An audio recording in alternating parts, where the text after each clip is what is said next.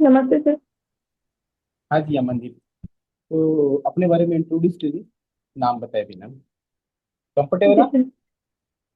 जी sir. Smile रखिए और अपना कंफर्टेबल अपने एकदम रिलैक्स होकर और अपने बारे में इंट्रोड्यूस दीजिए। आपकी एजुकेशन क्वालिफिकेशन, आपकी हॉबीज क्या है, कहाँ से आते हैं, ठीक है?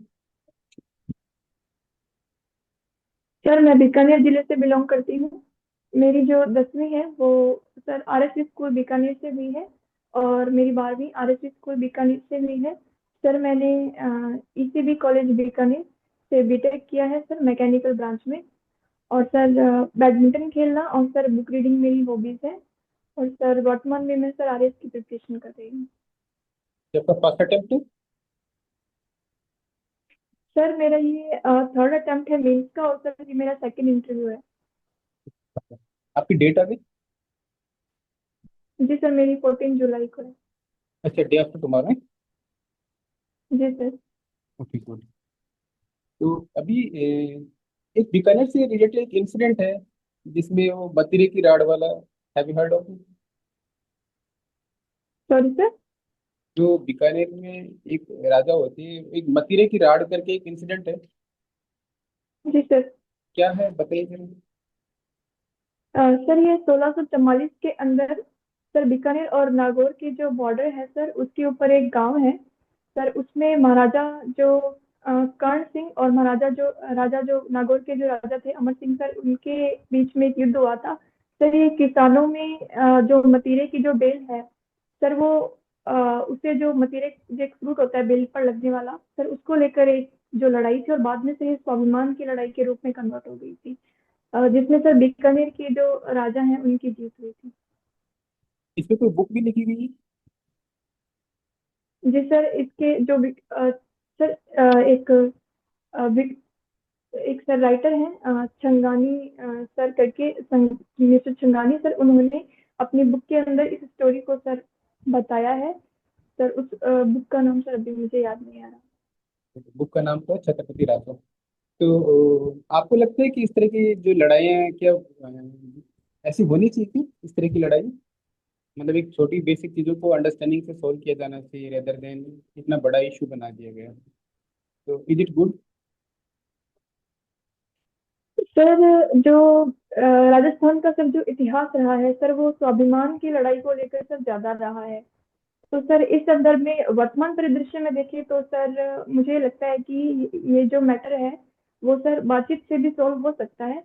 लेकिन सर जब स्वाभिमान की बात आती है तो सर राजतंत्र के जो सर राजतंत्र है सर, उसमें स्वाभिमान को सर्वोच्च देखा जाता है। तो सर वो इस परिप्रेक्ष्य में दो राजाओं की और दो रियासतों के सर स्वाभिमान की बात थी, इस वजह से ये युद्ध हुआ सर। तो इट इज स्टिल रिलेवेंट? आज भी ऐसे ही करना चाहिए राजस्थान के लोगों को? No sir, no sir. Sir मैं इसके फेवर में नहीं हूँ। Okay fine, you should say कि वो उस टाइम पे ऐसा था। तो for that period of time it was okay to do, तो but now it is no not. Sir. No sir, मुझे ये लगता है कि एक मटेरियल से इम्पोर्टेंट ह्यूमन लाइफ होती है सर, मानव का जीवन सर्वोच्च है। अगर उस युद्ध हुआ था तो सर उसमें अगर एक सैनिक या दो सैनिक का भी सर अगर शहीद होते हैं तो सर मेरी नजर में तो वो गलत है सर। इसको आपसी जो बातचीत है सर उससे भी सुलझाया जा सकता था। ओके, जो अभी इंडिया और पाकिस्तान का इशू है, आपको लगता है ये बातचीत से सुलझाया जा सकता है? No sir. आप अभी कह रहे हैं कि अभी जैसे अभी लड़ाई हुई थी सर मुझे लगता है, हाँ जी हाँ। सर मुझे लगता है कि इसमें सर हमें मिडिल पाथ का यूज करना चाहिए। सर जैसे टेररिस्ट अगर अटैक होते हैं तो सर भारत को बदले में जो जवाबी कार्रवाई है टेररिस्ट जो कैंप है सर उनको खत्म करने की, तो सर वो करनी चाहिए। क्योंकि जो भारतीय जो सरकार है उन्होंने की भी थी, 2016 में भी की है, और अभी वर्तमान में भी सर जो स्ट्राइक की है वो। लेकिन सर जब जहाँ दो देशों के रिलेशन की बात आती है तो सर युद्ध की बजाय यहाँ पे बातचीत का जो मुद्दा है सर उसको चूज करना चाहिए। जो कि वर्तमान में जो भारत है उन्होंने सर शांति को प्राथमिकता देते हुए और सर सीज फायर का समर्थन भी किया है। तो फिर पर आप देखते हैं कि काफी दोनों जगह ही लोग मरे हैं, तो फिर किस तरह से जस्टिफाई करेंगे? आपने लड़ाई भी कर ली, बात भी कर ली, और चीजें तो अनसॉल्व हैं। चीजें जी तो सर, जो भारत की ओर से हम्म। सर जो भारत की ओर से कार्रवाई हुई है सर, वो जो आतंकी जो कैंप है सर उनको डिस्ट्रॉय करने के संदर्भ में ही हुई है। लोकलाइट्स का नुकसान सर इसमें बहुत कम हुआ है। तो सर जो भारत की तरफ से जो कार्रवाई की गई है सर, वो तो एक प्रतीकात्मक तौर पर या एक सामरिक रणनीतिक तौर पर से इस कार्रवाई को हम लोग देख सकते हैं। सामरिक कार्रवाई सर भारत ने नहीं की है। वहां पे लोकल जो एक भी लोग नहीं मरे? Do you agree with? Sir sir एक भी सर इस तरह की रिपोर्ट तो सर नहीं है कि भाई लोकलाइट का नुकसान नहीं हुआ है। लेकिन सर अगर राष्ट्रहित को देखें तो सर एक बार के लिए हमें जो स्ट्राइक करनी थी, एयर स्ट्राइक, तो सर वो करनी भी, वो भी सर इम्पोर्टेंट थी भारत के लिए, अपनी सुरक्षा के लिए सर। और सर भारत ने जो जो भी अटैक किए हैं सर, वो अपने डिफेंस में किए हैं सर, आक्रामक रूप से होकर सर अटैक नहीं हुए हैं। अभी आपका बैकग्राउंड इलेक्ट्रिकल इंजीनियरिंग आपने बीटेक किया? Mechanical sir. मैकेनिकल किया है आपने? तो अभी आपका बैकग्राउंड साइंस रहा है ना? जी अच्छा। सर। तो मिल्क वाइट क्यों होता है? Sorry sir. मिल्क वाइट क्यों होता है? मिल्क, दूध सफेद क्यों होता है, दूध?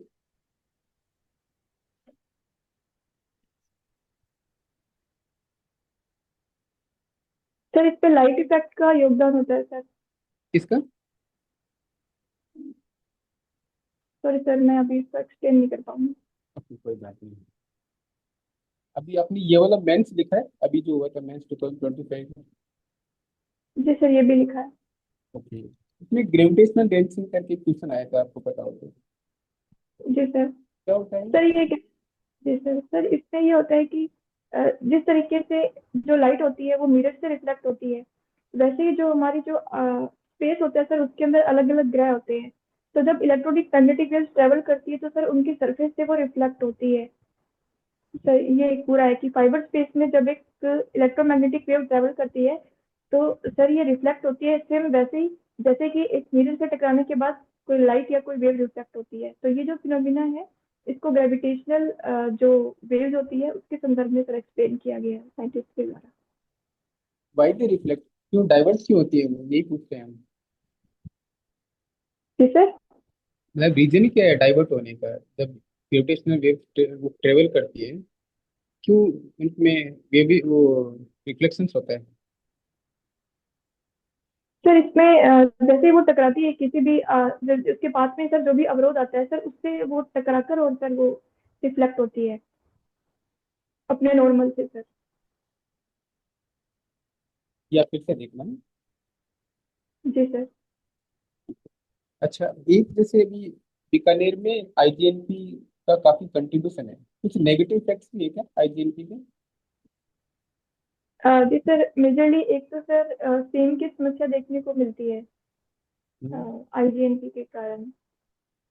और दूसरा सर इसमें अगर किसानों की सर बात करें तो सर इसमें जैसे आईजीएनपी में जैसे ये गंगानगर हनुमानगढ़ का एरिया है सर। सर इसमें जो जल रिसाव की जो समस्या है सर, वो देखने को मिल रही थी, जिससे किसानों को और नुकसान हो रहा था सर। और इसके अलावा सर इसपे आईजीएनपी के आसपास का जो एरिया है सर, उसमें जो कमांड एरिया सर जिसको हम बोलते हैं सर, उसपे अनियंत्रित पशुचारण की समस्या सर एक देखने को यहाँ पे मिली है। इससे लॉस क्या हुआ पशुचारण से? सर इससे जो भूमि की सर जो उर्वरता है सर, उसको सर वो कम हो जाती है सर। ओके। तो आप बीकानेर में पोस्टिंग हो जाती है आपकी, तो आप कैसे सॉल्व करेंगे? जैसे आपका टेक्निकल बैकग्राउंड है और आपने ना बीटेक की है, तो आपको ऐसे दो तीन सॉल्यूशन बताइए जो टेक्निकली सॉल्यूशन हो, मतलब एडमिनिस्ट्रेटिव में रहते हुए आप टेक्निकली कैसे अप्लाई करते हैं? जी सर।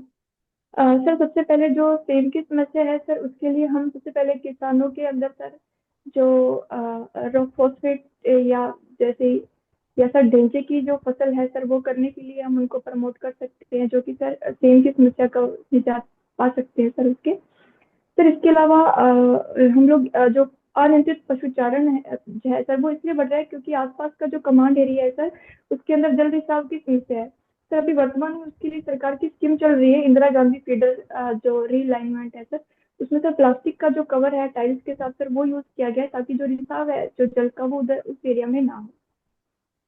सर इसके अलावा गांवों के अंदर हम लोग जो गोचर भूमि है सर उसके डेवलपमेंट पे काम कर सकते हैं, ताकि जो कृषि योग्य भूमि के अंदर जो अनियंत्रित पशुचारण हो रहा है सर उसके हम लोग कंट्रोल कर पाएंगे।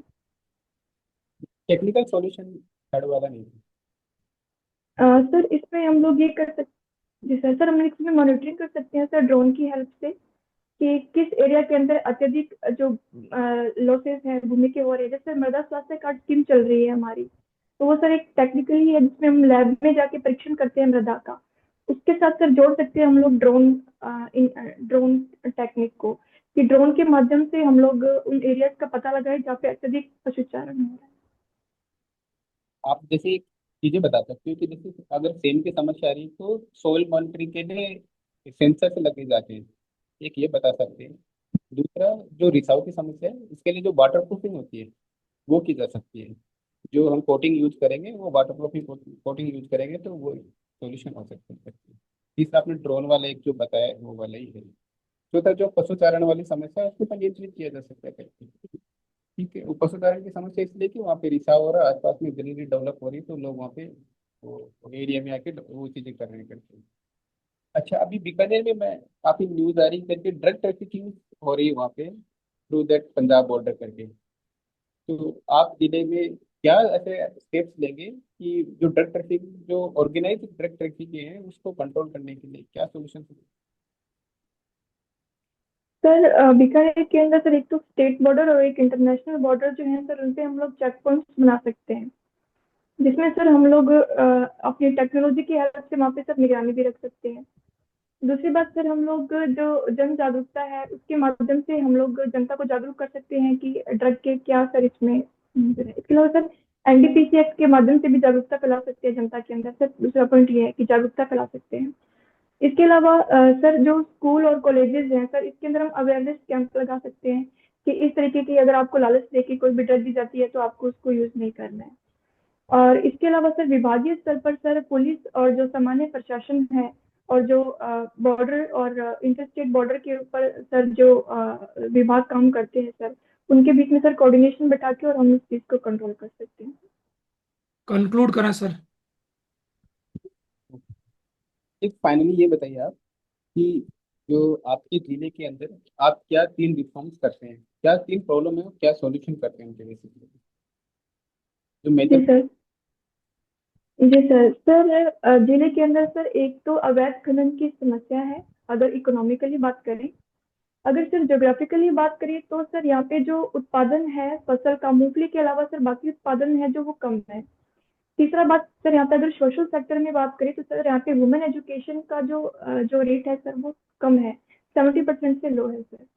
तो सर इसके लिए सर जो रिफॉर्म करना चाहते हैं सर वो ये हो सकता है कि एक तो सर इसमें वुमेन के लिए तो सर ये कर सकते हैं हम लोग कि या तो उनको घर से सर ऑनलाइन ऐप के माध्यम से वो वर्किंग लाइफ में होते हुए भी घर की जो मैनेज करती है उसके साथ वो सर एजुकेशन ले सके, ऑनलाइन उनके लिए कर सकते हैं सर। और उनको जागरूक कर सकते हैं कि शिक्षा की क्या महत्वता है सर वर्तमान में। और उनको यूजी पीजी कोर्स सर जो ऑनलाइन है यूनिवर्सिटीज के सर उनसे जोड़ सकते हैं, उनमें एनरोल करवा सकते हैं डिस्टेंस लर्निंग प्रोग्राम्स के अंदर। दूसरी बात सर इसके अंदर हम लोग अगर बात करें तो जिले के अंदर मूंगफली के अलावा सर बाकी फसलों का उत्पादन कम है सर, तो इसमें सर हम किसानों के प्रशिक्षण शिविर लगवा सकते हैं, महिलाओं की भागीदारी सर इसमें बढ़ा सकते हैं हम लोग। और इसके अलावा सर जो अवैध खनन की जो समस्या है सर, इसके अलावा सर हम लोग एक तो ई बिडिंग से जो ऑप्शन होते हैं वो कर सकते हैं, जो लोकलाइट्स है वहाँ के उनको अवेयर करके उनकी हेल्प ले सकते हैं। और जो एमपी एमएलए हैं सर उनकी मदद ले सकते हैं सर तो काफी आपका अच्छा है कि प्रिपरेशन भी काफी अच्छी है। कुछ चीजें मैं बाकी चीजों के साथ में कुछ चीजें आप ऐड कीजिए, जैसे आपका ना जब आप आंसर करते हैं तो यू लुक वेरी सीरियस, ये बहुत ही अच्छी बात है वैसे, है ना, एक एडमिशन को सीरियस रहना चाहिए करके। But mean while you have little smile on your face, मतलब इट गिव यू, जी it makes you candid conversation so that it goes long on, है ना, बात करने के लिए।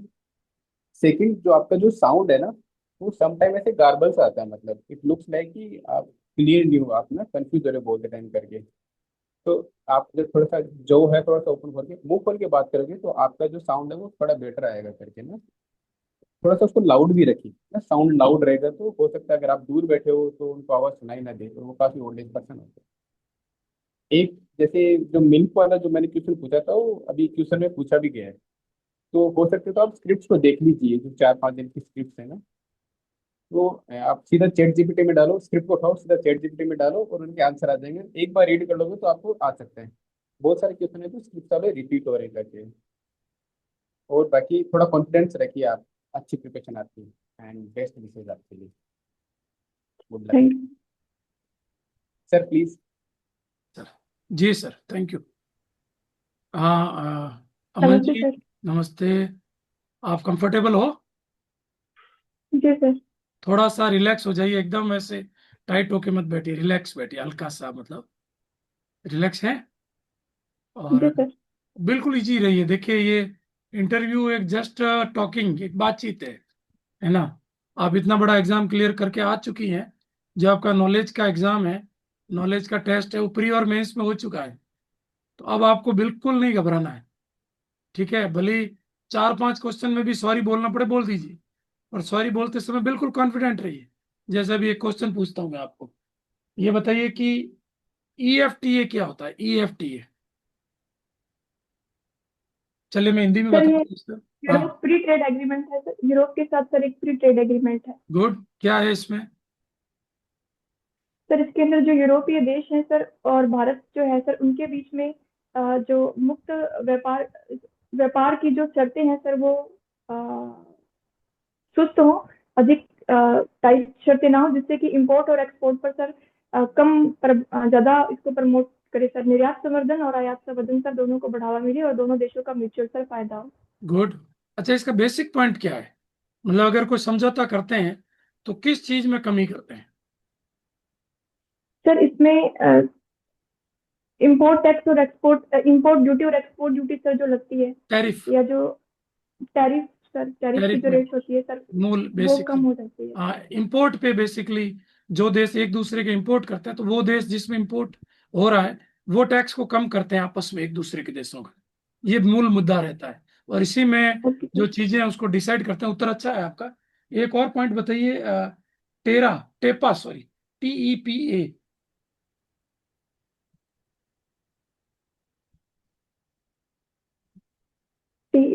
सॉरी सर, इस बारे में जानकारी नहीं। कोई बात नहीं, सारा चीजें सबको नहीं आती है। अच्छा, ये जो अ, व्यापार और आर्थिक भागीदारी समझौता कहते हैं इसको। और जो इसमें जो अंतिम देश है उसने मंजूरी दी है स्विट्जरलैंड ने। तो 4 देशों, जी सर। पूरे लगभग सारे देशों की मंजूरी मिल चुकी थी। अभी 4 अन्य देशों ने इसको अलाउ कर दिया, तो ये मंजूरी मिल चुकी है। अ, अच्छा, ये बताइए कि आप में 3 प्रमुख विशेषताएं क्या है कि आपको RS के लिए चुना जाए? सर एक तो टाइम मैनेजमेंट की स्किल है सर, हम्म। एक में काम हूँ, और एक सर मुझे पेशेंस है। पेशेंस और टाइम मैनेजमेंट, और क्या बताया आपने? सर एक कामनेस, काम डाउन सर है, जल्दी आपका गुस्सा नहीं आता है। कामनेस है, कूल रहती है। हम्म। अच्छा, ये सर बताइए जैसे गुस्सा नहीं आता। गुस्सा नहीं आता है। अच्छा, ये बताइए, कहीं अगर आप RS लगे हुए हैं, आप SDM लगे हुए हैं, और आपको पता चलता है कि आपके किसी अधीनस्थ कर्मचारी ने ब्राइब ली है, रिश्वत ली है, आप क्या करेंगी? जी सर। सर मेरी सूचना का जो सोर्स है सर, अगर वो विश्वसनीय है और इस तरह की सर जानकारी मिलती है, तो सर जो अनुशासनात्मक कार्रवाई सर विभाग की है सर, वो होगा। और इसके अलावा सर अगर ये जो हमारी कमेटी बनती है उसमें अगर ये जांच सही पाई जाती है, तो सर फिर उसके खिलाफ सर जो भ्रष्टाचार निरोधक एक्ट है 1988 का सर, उसके तहत FIR दर्ज होगी सर। अच्छा, भ्रष्टाचार क्या होता है? सर भ्रष्टाचार के बारे में ARC फर्स्ट की रिपोर्ट में सर इसको डिफाइन किया गया है कि अगर किसी के पास विवेकाधिकार है, लेकिन सर उसमें जवाबदेहिता की एब्सेंस है, तो सर ये भ्रष्टाचार कहलाएगा। और ये सर एथिकली भी हो सकता है, ये इकोनॉमिकली भी हो सकता है। एथिकली करप्शन कैसे? जी सर। सर जैसे कि अगर ऑफिस पहुंचने का टाइम 8 बजे है और कोई 9 बजे पहुंच रहा है, इसमें सर वो इकोनॉमिक रूप से तो करप्ट नहीं है, लेकिन सर वो एथिकली करप्ट है, क्योंकि वो जो काम दिया गया है सर वो उसको लेट कर रहा है। इसके अलावा सर अगर वो बताइए। सर इसके अलावा अगर वो ऑफिस के जो रूल्स एंड रेगुलेशंस है उसको भी अवॉइड करता है, तो सर वो भी एथिकली नहीं आता है। या फिर जेंडर इनइक्वालिटी सर वो अपने ऑफिस में करता है, तो सर वो भी एथिकली करप्शन ही होगा सर। अच्छा अच्छा, ये बताइए प्रशासक में सबसे जरूरी 5 गुण क्या आने चाहिए? 5 गुण बताइए। सर मुझे लगता है सबसे पहले प्रशासक को सेंसिटिव होना चाहिए। इसके अलावा सर उसमें पेशेंस होना चाहिए, और वो काम होना चाहिए, और सर उसको टाइम मैनेजमेंट की जो स्किल है वो उसके अंदर होनी चाहिए, और लास्ट है सर उसमें सत्यनिष्ठा होनी चाहिए। अच्छा, और इन सब में से किसी एक को चुना जाए कि एक ही पॉइंट बताइए जो सबसे जरूरी है? सर सत्यनिष्ठा। अच्छा, इंटीग्रिटी, सत्यनिष्ठा क्या होता है? सर इसको अगर हम बात करें तो सर इसमें नॉर्दर्न कमेटी ने तो ये बताया है कि अगर कोई व्यक्ति अपने मन, वचन और कर्म में संगतता रखता है तो वह सत्यनिष्ठ है। कथनी और करनी में सर उसके अंतर नहीं होना चाहिए। ये सर इंटीग्रिटी की डेफिनेशन सर नोडल कमेटी ने दी है। ठीक। अच्छा, उसको एज ए ऑफिसर कैसे अप्लाई करेंगी? सर एज ए ऑफिसर अगर बात करें तो सर एक तो व्यक्ति को सबसे पहले तो अपने जो रूल्स या एक्ट है उसके माध्यम से काम करना चाहिए। हम्म अपने जो कार्य क्षेत्र है उसके अंदर रहते हुए काम करना चाहिए, और अगर कहीं भी सर उसको दुविधा होती है तो सर उसे अपनी अंतरात्मा की आवाज को सुनकर संविधान के प्रावधानों और विधि के प्रावधानों के अनुसार सर काम करना चाहिए। बहुत अच्छा उत्तर। इसमें आप एक चीज ये ऐड कर सकते हैं कि जो गवर्नमेंट के ऑर्डर्स हैं उनको ट्रूली फॉलो किया जाए, और जो रिपोर्ट्स गवर्नमेंट के द्वारा मांगी जाए उनको बिल्कुल प्योरली बना के दिया जाए। ये इंटीग्रिटी है एज अ एडमिनिस्ट्रेटर। ये ठीक है बताइए सर। ब्रिक्स क्या है? ब्रिक्स। सर जो ब्राजील, इंडिया, चाइना, रशिया और साउथ अफ्रीका का सर एक ग्रुप है। हम्म वर्तमान में सर इसके अंदर इंडोनेशिया, यूएई, सऊदी अरब और ईरान भी सर इसमें इंक्लूड है। हम्म बेसिकली सर ये जो विकासशील देश है उनका एक ग्रुप है, जिसमें लगभग 43% जीडीपी जो वर्ल्ड की है सर वो कवर होती है। हम्म और सर ये आपसी आर्थिक सहयोग को बढ़ावा देने के लिए और जलवायु परिवर्तन और आतंकवाद पर सर बातचीत करने के लिए एक संयुक्त मंच है। ठीक है। ये बताइए कि जो ब्रिक्स है, अभी ब्रिक्स समिट हुआ है, उससे क्या निकल के आया? उसका रिजल्ट क्या रहा? मतलब जी वो सर। भारत के लिए हित में रहा कि अहित में रहा? सर वो भारत के लिए हित में रहा, क्योंकि सर एक तो उसके अंदर ग्लोबल साउथ की आवाज को मजबूत करने की बात हुई है, हम्म जिसमें सर हम ये देख सकते हैं कि ग्लोबल साउथ के नेतृत्वकर्ता के रूप में सर इसमें भारत की भागीदारी बढ़ेगी। दूसरी बात सर इसमें ऊर्जा सहयोग को लेकर बातचीत हुई है, क्योंकि हमारा 40% जो ऑयल इंपोर्ट है सर वो सऊदी, यूएई और सर ईरान से ही हो रहा है। तो सर उसको लेकर बात हुई है कि कैसे भारत अपनी ऊर्जा सुरक्षा को बेटर कर पाएगा पूरे विश्व के लिए। सर अगर हम बात करें तो सर इसमें आतंकवाद के ऊपर बात हुई कि कैसे आतंकवादी गतिविधियों को कंट्रोल किया जाए। और दूसरी बात सर इसमें बहुध्रुवीयता की बात हुई है। बहुध्रुवीय विश्व में सर भारत जो है वो इसको समर्थन प्रदान करता है। तो सर ये चार बातें बेसिकली सर इसमें है। और सर ओके। पर्यावरण को लेकर भी सर इसमें हुआ है कि बहुत अच्छा क्लाइमेट उत्तर, चेंज बहुत जो है अच्छा उसको उत्तर कैसे। दिया आपने।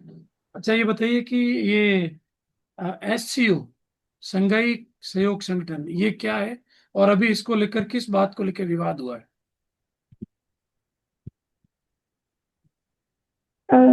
सर जो शंघाई सहयोग संगठन है सर इसकी जो उत्पत्ति है सर वो बेसिकली बीजिंग चाइना से होती है। और सर इसके अंदर रशिया, चाइना, भारत और पाकिस्तान सर आदि देश इसके अंदर हैं। और सर ये भी आर्थिक सहयोग को बढ़ावा देने के लिए इन देशों के बीच में ही सर इसकी ठीक है, जो विवाद का गठन है मुद्दा सर क्या? वो हुआ है। अभी जो हाल ही में बैठक हुई है उसमें क्या पॉइंट पे डिस्प्यूट रहा है? सॉरी सर इस बारे में मुझे नहीं। चलिए मैं बता देता हूँ। इसमें क्या हुआ कि अ, जो रक्षा मंत्रियों का सम्मेलन हुआ था, और उसमें इन्होंने पहलगांव मामले को बिल्कुल भी उसको उठाया नहीं था, और बलूचिस्तान मैटर को हाईलाइट किया। तो भारत के रक्षा मंत्री कौन है? अभी रक्षा मंत्री सर मिस्टर जयशंकर सर। और विदेश मंत्री? Sorry sir, sorry sir, sorry sir, sir गलती होगी। सर रक्षा मंत्री राजनाथ सिंह सर हैं और विदेश मंत्री एस राइट। जयशंकर सर। अच्छा, इतना सॉरी मत बोले, एक बार बोलिए बिल्कुल इजीली, सॉरी सर। और मैं रिपीट करूंगी, ये सिर्फ वित्त रक्षा मंत्री है, ये है ना। 2-3 बार बोलेंगी तो उनको लगेगा डर गई है थोड़ी। डरे नहीं, जी सर। बिल्कुल कूल रही है ना, काम रही है। आपने कहा कि मैं कामनेस मेरा, थोड़ा स्माइली भी रहे, कहीं जैसे लगे ना तो हल्का सा एक नेचुरल वे में एक स्माइल आना चाहिए प्रैक्टिस के साथ। और घबराइए मत बिल्कुल भी। थोड़ा सा आपको लग रहा है कि थोड़ा घबरा रहे हैं, मत घबराइए। ये तो एक जैसे जी सर। एक ग्रुप से बातचीत करना होता है वैसे बातचीत है ये तो। ठीक है। मैं थोड़ा आपको अ, हाँ, उसमें जो मुद्दा था ये था कि जब उन्होंने पहलगांव मामले की निंदा नहीं की, आतंकवाद को इंडिया के पक्ष में, तो राजनाथ सिंह ने जो साझा बयान है शंघाई सहयोग संगठन का, उस पर हस्ताक्षर नहीं किए और वो बयान जारी ही नहीं हुआ। तो आप कब है इंटरव्यू आपका? सर 14 को है। 14? जी सर। ठीक है, 2-3 दिन है। और आपका करंट वैसे अच्छी पकड़ है, थोड़ा और अच्छा कर लीजिए। 2-3 दिन में जो मैटर है उसको पढ़ लीजिए, अच्छा कर पाएंगे बिल्कुल। घबराइए मत, और थोड़ा सा नेचुरल बनने रहने की कोशिश करें और ज्यादा।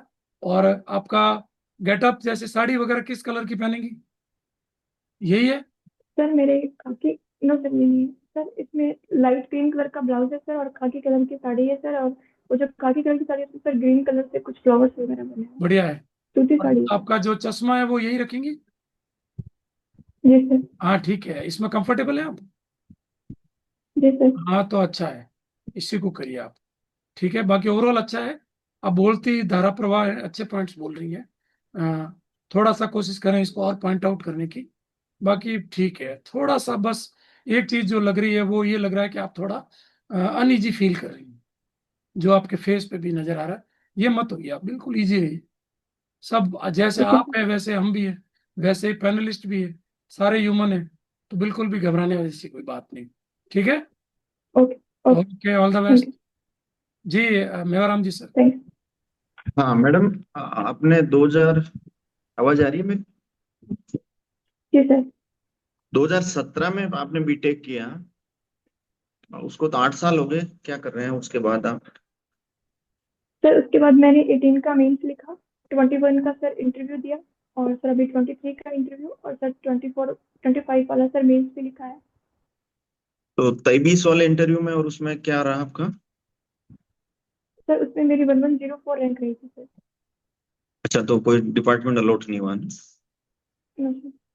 अच्छा अच्छा, तो मतलब प्योरली आप आरपीएससी आरएस की तैयारी, सिविल की तैयारी कर रहे हैं ना? जी सर। और कोई जॉब वगैरह नहीं किया आपने इंजीनियरिंग बैकग्राउंड क्षेत्र में? No sir. अच्छा अच्छा। तो आपने एक फोरम में ये लिखा कि एसडीएम डीवाईएसपी, ऐसे अभी पूछ रहे हैं लोगों की अपनी 4 चॉइस, जो आप जो फोरम में भरी आपने प्रेफरेंसेस, वो बताओ तो ना। एसडीएम डीवाईएसपी ऐसे निकले, लिखना आरएस आरपीएस, है ना? ओके। है ना? Rajasthan SDM account. में, उसमें आरएस में एक पर्टिकुलर पोस्ट होती है, एसडीएम लगा देते हैं, जिला परिषद का सीओ भी लगा देते हैं, कुछ भी। वो तो एसडीएम एक पोस्ट है ना, आरएस एक कैटेगरी है ना उसके अंदर। तो अपन को वो RS RPS RTS account service जो भी है अपनी, वो थोड़ा आप ध्यान रखना इसको। या वो वर्बली पूछेंगे, उनके पास लिखा हुआ नहीं रहेगी ये चीज, लेकिन आपको पूछेंगे तो आप बोल दोगे कि पहला सर मेरा एसडीएम है, दूसरा डीवाईएसपी है, तीसरा तहसीलदार है। तो फिर वो आपको वहाँ काउंटर क्वेश्चन भी कर सकते हैं या पूछ सकते हैं कि आपने ऐसा क्यों लिखा ना। तो अपन को आरएस आरपीएस आरटीएस या अकाउंट्स, जो भी आपकी सीक्वेंस, आप फॉर्म के हिसाब से आप एक बार डेप अपना चेक कर लेना वापस, है ना? और आपने ओके। जैसे इसमें बीटेक मैकेनिकल इंजीनियरिंग किया है ना? जी सर। हाँ, तो मैकेनिकल इंजीनियरिंग से आपने बीटेक किया और अब आप एसडीएम बनने जा रहे हैं, एसडीएम बना देते हैं आपको कहीं। तो मैकेनिकल इंजीनियरिंग का आप एज ए प्रशासक, प्रशासन में कैसे उपयोग करोगे? सर मैकेनिकल के अंदर हम लोग बेसिकली मैन मशीन और सर मैनेजमेंट को लेकर सर साथ में चलते हैं। और सर हम्म प्रशासन के अंदर सर हम मैनेज करते हैं।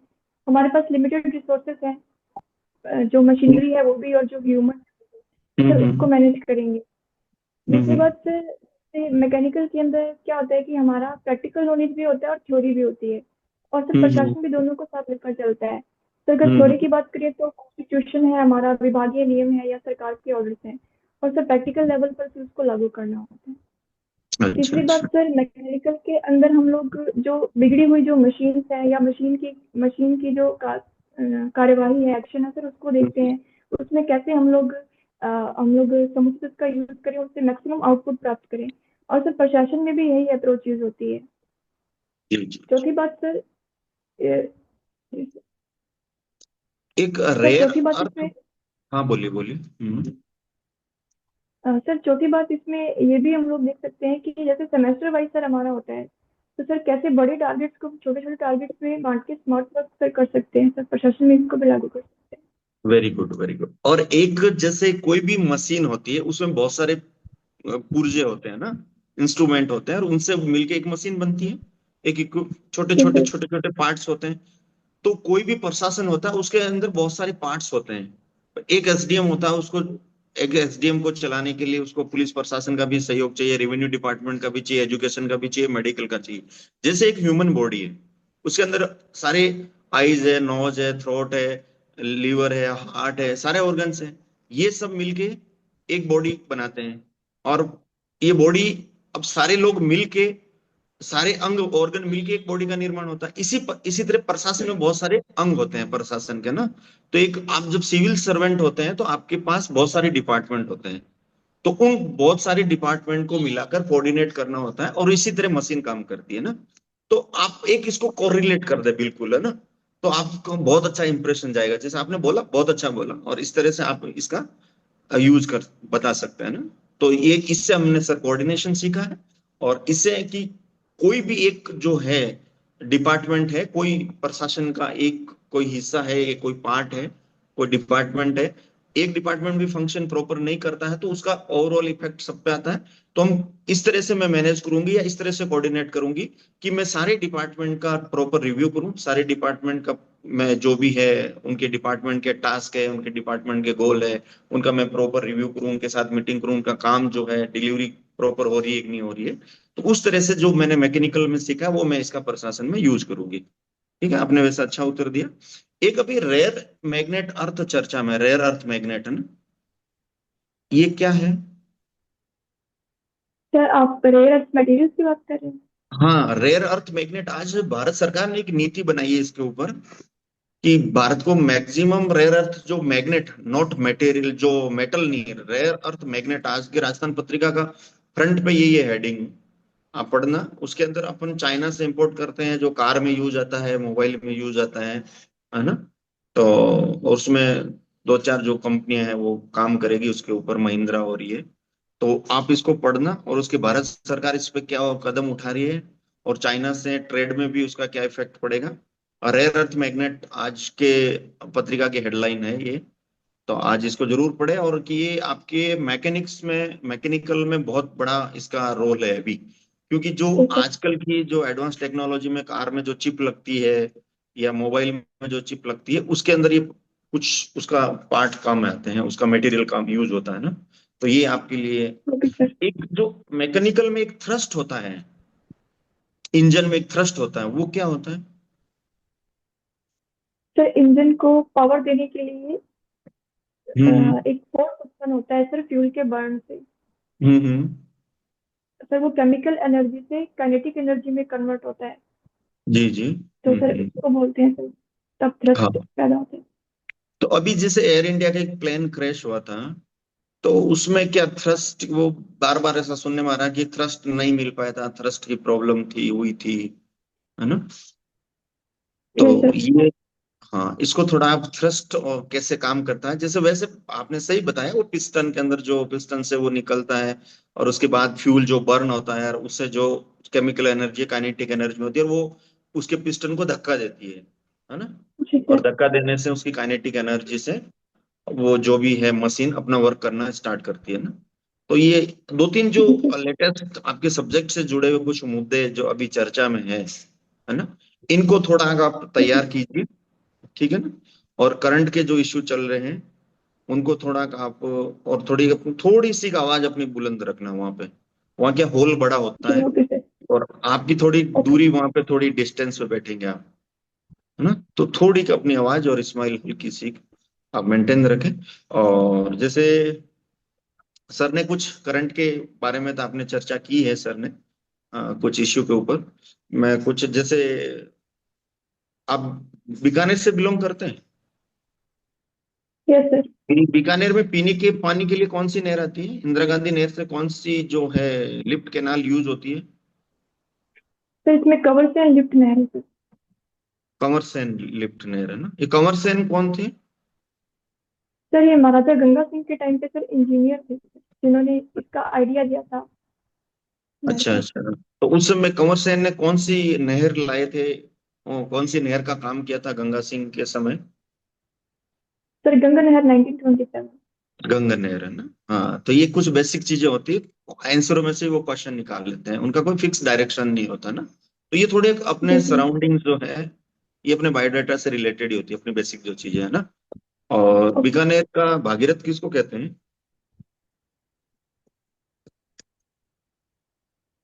सर, महाराजा गंगा सिंह को ही कहते हैं। महाराजा गंगा सिंह जी को, वो पहले बार रेगिस्तान में हिमालय का पानी लेकर आए ना। तो और वही गंगनेर, और उसमें ही कंवर सिंह जी का योगदान। और वो, तो ये ठीक चीजें है। आपस में जैसे कोरिलेट होती है ना, वहाँ क्वेश्चन से क्वेश्चन निकल जाते हैं।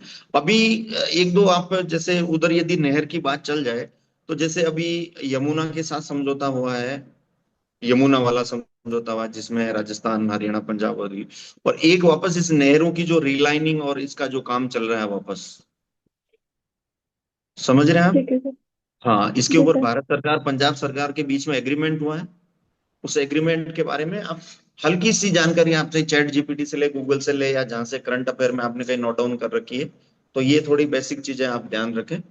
और बाकी ठीक है, आप अपना तैयारी अच्छी है, आप ऑल द बेस्ट। अपना एक मेंस, हाँ, दो तीन चीजें। मेंस का जो सिलेबस है, मेंस के सिलेबस में आपकी हिस्ट्री, पॉलिटी, ज्योग्राफी, अब तो वैसे टाइम, आपको मैं कोई डिमोरलाइज नहीं कर रहा हूँ, 14 तारीख है तो वैसे आप पढ़ ही रहे हो रेगुलर, अभी मेंस दिया है तो कोई वो नहीं। उनमें उनके हेडलाइन एक बार देख ले, मेंस का जो सिलेबस है ना, उसको प्रिंट आउट करके दो तीन बार उसको देख ले। तो उसमें जैसे सेकुलराइजेशन क्या है, सेकुलराइजेशन की परिभाषा क्या है ना, जातिकरण क्या है, ठीक है, प्रभु जाति क्या है ना।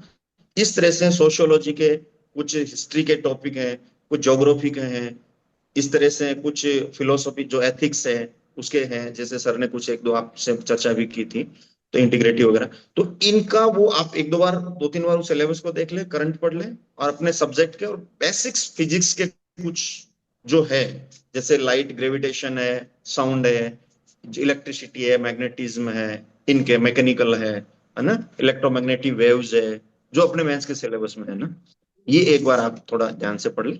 और हमारी शुभकामनाएं, ऑल द बेस्ट, अच्छे से जाइए, मस्त रह के ऐसा जाए, रिलैक्स होके, दो ज्यादा टेंशन नहीं लेना है ना, पढ़ाई जो होनी है हो जी गई, सर। बस मस्ती से। अच्छा होगा अमन जी, बिल्कुल चिंता नहीं करें ना, सब बढ़िया होगा। Thank you sir. Okay, all the best.